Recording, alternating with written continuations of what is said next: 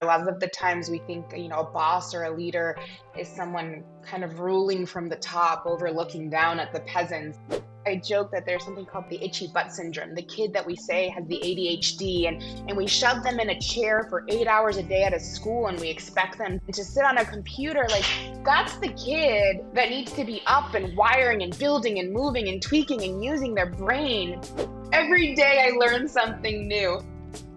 This is the Future in Flight podcast, coming to you from a hangar somewhere near the flight line, where the coffee's always on and fresh, no matter what time of day it is.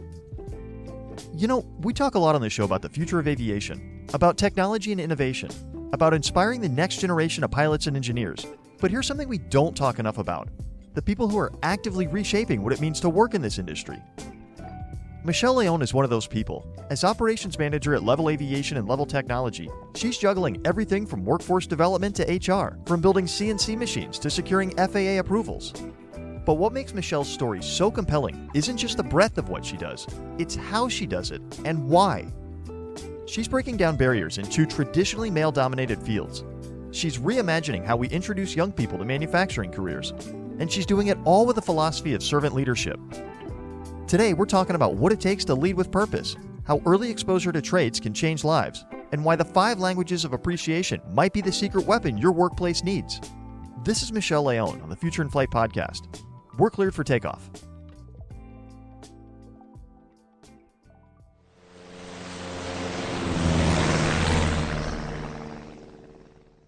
You've had a really diverse career journey. You've been in a lot of different verticals. You have a real wide range of experience. You've been in hospitality, you've been with Lockheed Martin for a bit, dentistry, and now aviation and manufacturing. What's the thread that connects all those chapters for you? That's easy, Sean. It's people, right? Like the skill of working with people. The industry doesn't matter, right? It's just learning some new verbiage, growing experience in a different industry, whether it's teeth or hotels or an airplane or a CNC machine. But I've always worked with people, and that's what I love, is that making relationships and building connections. Now, you've said dentistry taught you the most about leadership. What lessons from that chapter have unexpectedly come back and helped you in aviation and manufacturing? Or expectedly, what lessons from that chapter have you been able to employ? Yeah, so when I worked at Heartland Dental, their philosophy about leadership and growth is pretty amazing. They believe in something called servant leadership. And so I was able to take a lot of training and have, some just incredible mentors. And so all of those skills about, what is the place of a leader? A lot of the times we think, a boss or a leader is someone kind of ruling from the top, overlooking down at the peasants. And really, servant leadership is about being in the trenches and working with people to solutions, growing those around you, figuring out what they're passionate about, and really trying to hone those skills into a future growth plan. And so utilizing those things that I've learned there, I've been able to help, I think, grow Levil both as a business and grow the people. I won't lie, because of those things, we've gotten employees, scooped up by larger companies, and we're happy to see people grow. That's what happens when you have amazing people. But yeah, I think just really being in the trenches and seeing what can I do for you, not what can you do for me. Yeah, and also the fact that you've had people scooped up, it speaks to the fact that they're amazing people, but it also speaks to the development that they get at Levil Aviation and Levil Technology. There is really a culture where people are encouraged to grow. I've seen it myself. I've seen you in the trenches, so I can speak to that for sure. Now, when you first joined Levil, you said you knew nothing about machines or avionics to the level that you do now. How did you overcome that knowledge gap and lead confidently in a new industry? The lead confidently, Sean. Every day I learn something new. Just when you think you've got it, there's always something new to learn. I spent time just asking questions, learning a lot, reading.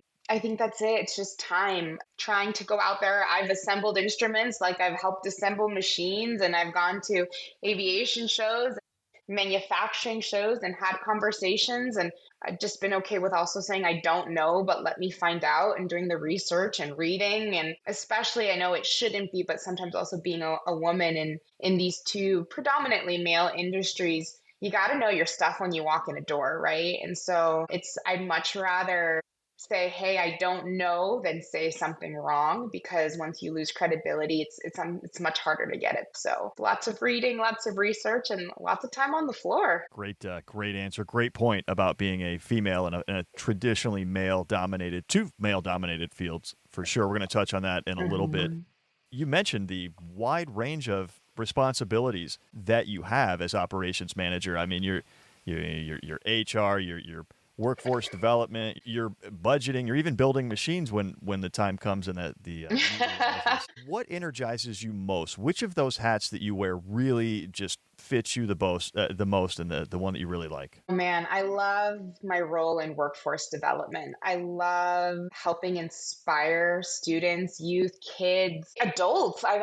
We even just talked to some adults recently that were trying to have a career pivot, just helping people find a career. And it may or may not be manufacturing, but a career that they love and that they're passionate to come to work to every day. Like, I genuinely can say I love coming to work every day. And my goal is to help other people find a job that they can say the same thing. Again, I've seen it. I've seen the enthusiasm that you bring and the inspiration that you bring, not only inside of the business but outside. So really, you're a real asset to workforce development, no doubt. No matter who you're developing people for. We've talked about workforce development and HR, and a lot of those are paper and document heavy procedures. Now, you've taken major steps to digitize those procedures and improve efficiency. Tell us about one workflow process that you've come up with that you're really proud of. Man, that's a that's a tough one, actually. We've digitized a lot here at Levil. We've gone completely paperless when it comes to our accounting, invoicing, all of our bill keeping. I'm a big fan of Dropbox. It carries everything that we have in there. I think the biggest key to success, I think, for any procedure, whatever it may be, digitized or whatever, is just buy-in from everybody. Because if one person doesn't do it, then it doesn't work. So just making sure that we were able to get the buy-in from the team and that everybody's kind of pulling their weight, because the second that doesn't happen, then the system breaks.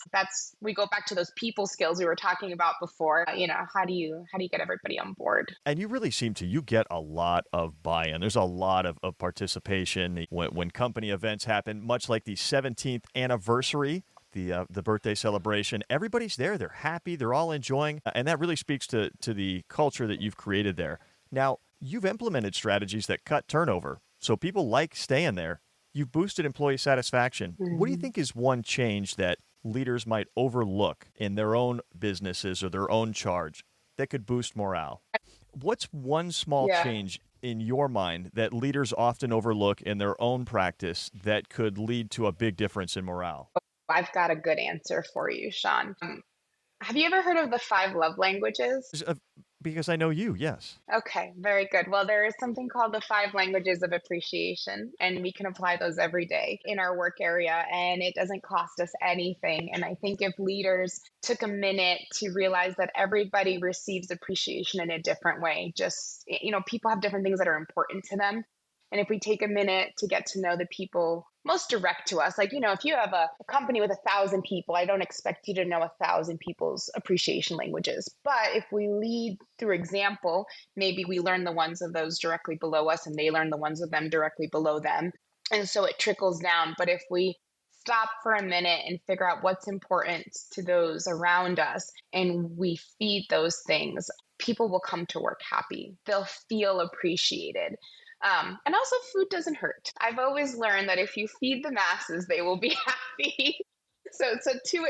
That's a two for you. Learn what makes people feel appreciated, and feed them. And that you do. I tell you what, that somebody that's in the area needs to stop by and check out a Levil celebration or just a lunch. Just go in there for lunch, man. There's always something good, especially at Hefe's desk. So let's get into that women in aviation topic. You talked about it a little bit earlier. Now, you went from what is an equally dominated or even maybe a female heavy field in the dentistry area, the medical office type setting, into a male dominated field where we have aviation and manufacturing as being very traditionally male heavy. What was your first, okay, I earned the respect moment for you? So this is kind of a funny story or interesting story. So, in shows in general, women in these two industries, we didn't always kind of get those heavy hitter questions. People would maybe wait to speak a little bit more to like the men in the booth, and I can happily say that over the last few years that has changed, Sean, and it brings me such joy to see that it's no longer let me pivot and make a line for Ruben or let me pivot and make a line for Andres. You know, if Ananda and I are in the booth, we're getting those questions now, and people are really changing their perspective. And I think that's on women in general. We're not the only ones that have heard those stories of, you know, people are seeing more women in these industries and understanding that we do play a significant role now, and we can provide the same amount or sometimes more. Like I look at Ananda, right? She's the subject matter expert on all of our software. She is the one you want to go to when you have an app question. So I think that big moment for us was seeing the dynamic change on questions in the booth, and it makes you feel good when you see that happen. Well, there are people that come to see both of you now to get the answers. They've talked to you on the phone, or maybe they've seen some of the videos, and they come directly. Hey, it's Michelle here. I'd like to. We were talking about a question, and that is really. I mean, you're not just there to hand out bags. I mean, you're not just a pretty bomb girl, although you are a pretty bomb girl. How do you navigate moments where people kind of come up and dismiss, for lack of a better term, your ability to answer the question? How do you maintain your ability, your confidence going into situations like that? At first, it was hard, to be honest. I won't lie. At first, you're like, oh, you know, you get, but over time, you realize that it isn't done with purpose, but more of a lack of understanding and education. And I think that has to do a lot with the industry. So I think when you step away and say, like, this person isn't coming here purposefully trying to offend me, they just genuinely don't know better. And so I think the best thing we can do is kind of, again, lead with love and say, hey, I'm happy to help you. Give me a try. If I can't answer your question, I will find you somebody who can. And then sometimes you'll surprise them. And then with that small action, you start changing their perspective. And so I like to think that through those engagements, we're slowly changing the narrative for women. But if you kind of attack and say, oh, I'm just as smart, all you're doing is feeding the narrative, right? And we're not changing it for the better. We want a world where all of our daughters and all of, you know, can walk out there and never even understand the experiences that we have. I wish for a day that they cannot relate. Yeah, I love that we're talking about these things, but to be honest, in the future, I'd like that there not even to be that discussion. It is just the fact that we have individuals like yourself, like Ananda, like Ivy McIver over at Cirrus Aircraft. We have people like Jamie at M7. We have Captain Val. Really some good quality voices in the industry that are female, extremely knowledgeable, extremely willing to go through the subject matter, and it's a better place. I mean, the trade shows, the industry is obviously better when 50% of us are not excluded. So I love that you're raising your voice with the goal of, well, I don't want to have this conversation in the future. That's getting out ahead. That's progressive. That's setting the bar high. Now, if there's some young individual, some young female out there that's listening, maybe a little bit intimidated about getting into a technical career, what would you want them to know? They're not alone. I know sometimes it doesn't feel like there's one, but I promise you there are women out there ready to support you and guide you and grow you. It's about finding that mentor, finding that help. There are women associations, women in aviation. There's a women in manufacturing association. There are groups. We're all out there. And I think one of the beautiful things about women is that we embrace and we grow. And there is that nurturing, motherly part of us. And so anytime we see a young woman trying, you know, I think she has a village there to help. And I love that. We need more. We just need more of it. I mean, we don't want to lose and silence half of the voices or half of the answers, potential answers. So really just wonderful to see people like yourself getting out and having quality discussions. And I appreciate you getting into that topic. And it's a little bit of a touchy one for some people, but you just approach it like everything else. Thanks. Now, let's get into manufacturing, education, and workforce development a little bit. You've talked about the importance of exposing students to trades early on. Sometimes as early on as, Mhm. middle school and maybe even a little bit earlier. Why do you think early exposure is such a game changer? Because most of the time, when you talk to somebody in high school, right, by that time, do they know exactly what they want to do with their life? No. But do they have a path? Do they have an idea? Do they have something in mind? And that the answer is yes. And those are very much limited by what they've been exposed to, right? We know the influencer, we know the doctor, we know the lawyer, we know the people that the software developer, we know the apps, we know the sexy careers, we know the things that we interact with. But we take for granted trade. We take for granted the things that we don't see every day. And there's so many kids that would be great at these things, would be happy, I joke that there's something called the itchy butt syndrome. The kid that we say has the ADHD and he needs to be moving around, and we shove them in a chair for 8 hours a day at a school, and we expect them to function and to read a book all day and to sit on a computer. Like, that's the kid that needs to be up and wiring and building and moving and tweaking and using their brain, but they don't know that these options exist because there's only one path that's been presented to them, right? We take kids that are in underserved communities, and sometimes their options are not great for careers. It's either I leave and I go to a 4-year university and by some miracle I make it out, or I enter into some other options that are not so great. But what if we can give them a job starting out from high school, making $40 an hour? What does that do for that kid? He's got a skill. He didn't have to get into debt at a school.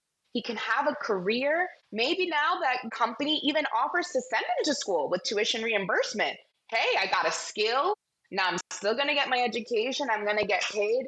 And a lot of the times, these kids in these underserved communities are providing for their families. That breaks my heart as a mother, but it is the reality in so many cases. Now, would I rather this student be earning minimum wage or having a career that they can really grow on and actually provide with? And so, unless we're exposing them to these options, they don't know. They don't know that there are these paths for them. And so that's why I'm so passionate, because I truly believe that trades can be life changing, not for everyone. I'm not trying to say 100% of these people fit in a bucket, right? No, that's why we have variety, right? That's why we have artists and doctors and scientists and math. We have everybody.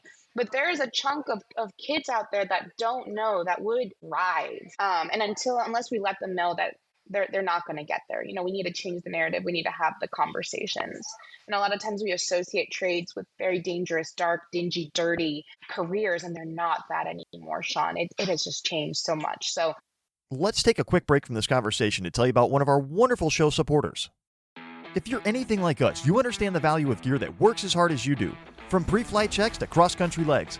That's why you've got to check out Bullbag, the ballistic utility lightweight bag built for life on the go. Whether you're heading to the hangar, hitting the gym, or exploring the backcountry, Bullbag blends versatility, secure organization, and rugged good looks that fit every mission. What makes it even cooler? Every professional series Bullbag is proudly made in the USA.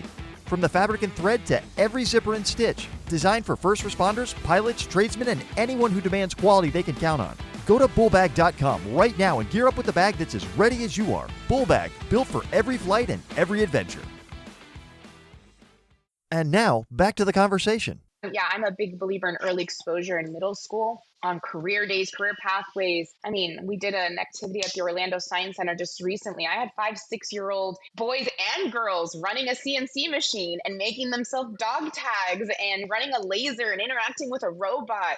And the questions they ask would blow your mind. I mean, utterly astonish you. And yeah, I don't think it's ever too young. What's one thing about CNC machining or manufacturing in general that you wish everybody understood, but that a lot of people don't? It touches almost everything in your life without you realizing it, right? Manufacturing is even in a place, food. You wouldn't think, but there's robots picking tomatoes out there and picking the perfectly red, ripest tomato and ensuring that the green ones stay on the vine, right? It's in our medicine, it's in our clothing, it's in our cell phones, it's in our computers.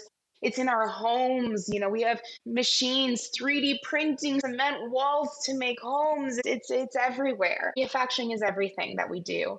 And it's an incredible place. And there's a place for everybody. A lot of the times too, you think manufacturing is just doing things in building. Well, you still need your accountants, your managers, you need sales and marketing, you need all of these things. So it's so versatile. And that's going to dovetail here in a second into aviation and into getting a career in aviation, that there is so much. There is the accountant, there's the operations manager, there's everything under the umbrella of an aviation business that people can get into. Now, you work closely with area colleges like Valencia to help shape some curriculum. What skills are manufacturers begging for right now that students maybe could think about getting into? So obviously very biased. Actually, believe it or not, CNC operator is a huge deficit right now. We have an enormous skills gap in the United States. We have all these boomers retiring, and we just do not have anybody to take these jobs, right? So robotic programmers, we talk about mechatronics is another big one, automation, things like HVAC, the new things with all the electric cars as well, who's going to service those vehicles, everything that we build and touch.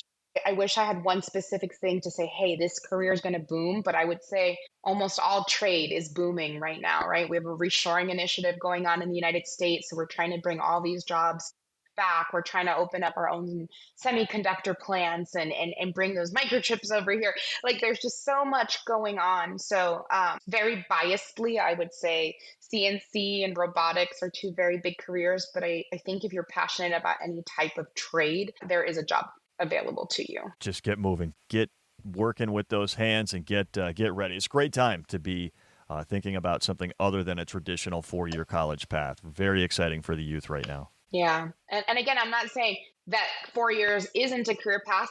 You can do both. There's just, I hate putting kids in one box and just saying, this is where you're going.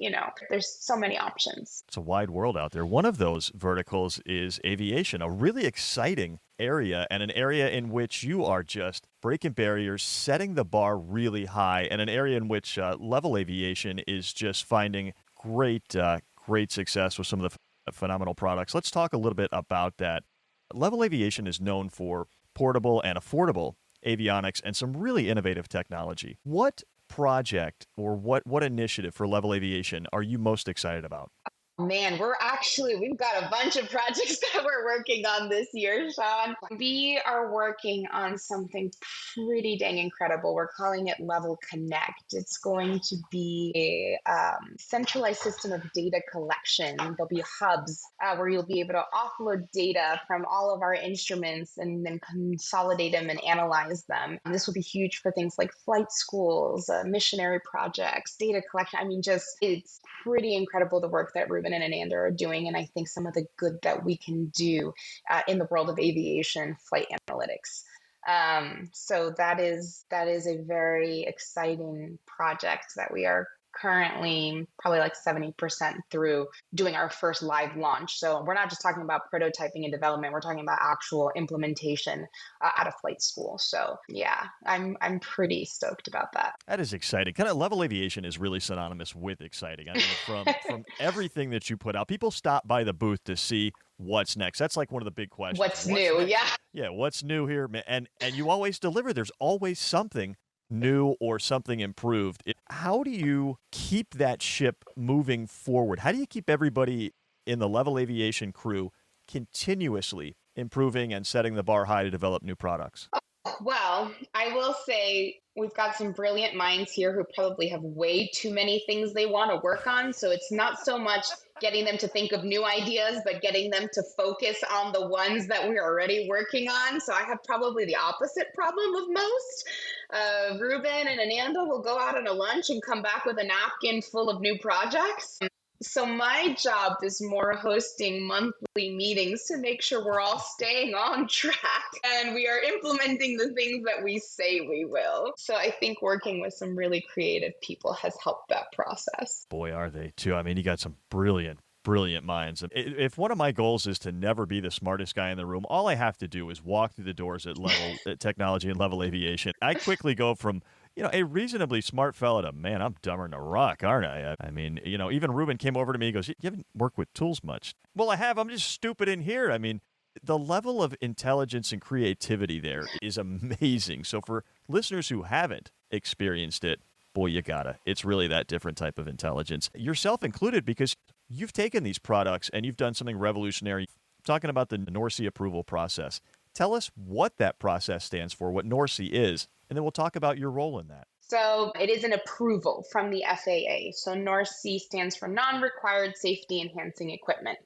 And that is exactly what it is. It is an approval given by the FAA to allow safety enhancing equipment to hit the market faster. And I am a huge fan of NORSEE because if anybody has gone through the certification process, it is a long one. It is a expensive one, and it is a very challenging one. And so sometimes that can limit the advancement of technology within the aviation industry. We don't want it to be so, but I think unfortunately it is a reality sometimes of us trying to ensure that all the products that are going on aircraft are safe and tested, which of course is very important. Basically, NORSEE says if an instrument or a device in its most major failure will not impact the aircraft and its ability to fly, but it will enhance the safety of the aircraft, then we will allow it. And so I like to use the bomb as an example of that. It's completely independent. We don't pull power or connect any wires to an aircraft.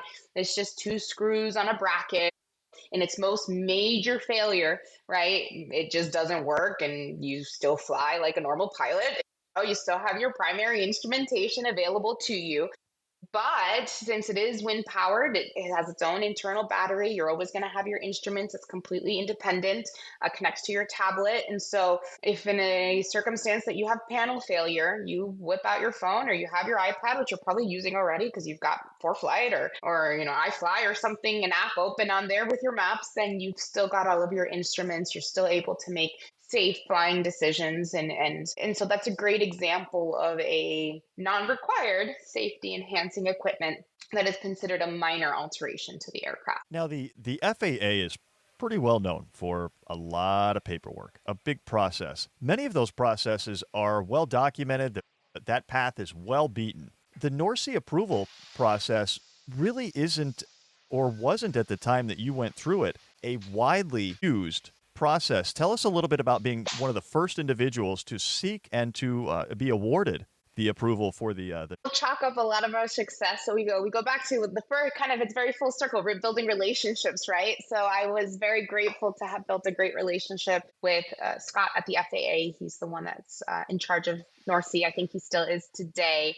And we were able to partner together and work through a lot of it, going through things, because again, even though it's not a full cert, you still have to provide a quality manual, you still have to provide a pilot's guide, you still have to provide wiring. Like, they still need to make sure it's a safe product to put on an airplane. And so, thankfully we were able, again, just through communication, back and forth, working together, put a lot of that through. And I will say it's a much less rigorous process than a full STC or TSO.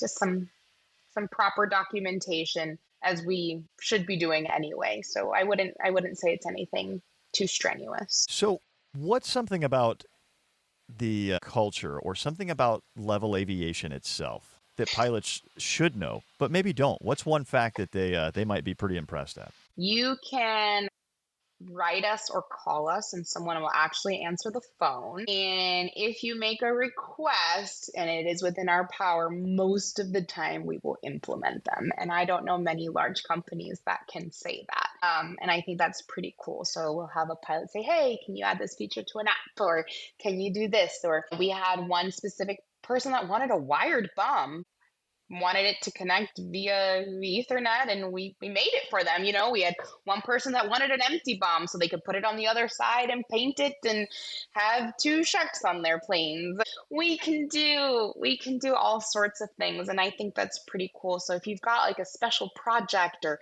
you're curious about something, call us. The worst we're going to tell you is no, and the best we're going to tell you is yes, and here's how we can do it. And that's pretty awesome. It is pretty awesome to get a live person and somebody who's willing to help you. Great fact right there. Give advice and give us a future picture. Now, if you could design a dream experience for middle schoolers to get them excited about manufacturing, what would that look like? Ooh, I would love to have a career fair, but a little bit of a different one than I think what we're used to, where it's all hands on and it's all sorts of careers and experts coming and talking and interacting. And you would think, okay, let's think of a doctor or a surgeon. Like, you're not going to have a body there for them to dissect. But with the world of augmented reality and AI and virtual reality, I mean, we could get pretty far with a lot of things. And I think having people go through that and explore and experience, I mean, actually, if I can even go back, I wouldn't even have it be a career day. But do you remember like we used to have shop class in school? I would love it to change to a more like career class where maybe every time we're learning about different industries and trying different things and exposure and helping them just figure out what they don't like. I think that's step one. And then narrowing down the things that they do like. And then they can, from there, grow and take different classes and try. Or maybe that's where they do a summer internship or a job, or maybe we do an apprenticeship program, or maybe we just go volunteer for a couple hours. But first, we got to knock out the no's and then figure out the yeses and how we grow that more. That's revolutionary. That would be really, really fun. As everything you do is fun. It has just a flair of that joie de vivre, that excitement for life. It's prevalent and clear in everything that you do, from this interview to your role as operations manager to your time at the trade show booths, even walking through the airport. I mean, you're just so outgoing, and you built friendships and opportunities in many places by talking to strangers in so many areas. What's one advice for somebody who wants to build a network, but maybe is a little bit shy or unsure about how to go about that? It's hard, Chan, because you do have to kind of push yourself out of that comfort zone, right? I have a funny story. I was in a hotel, and I cannot even tell you how many times I've made friends in an elevator, right?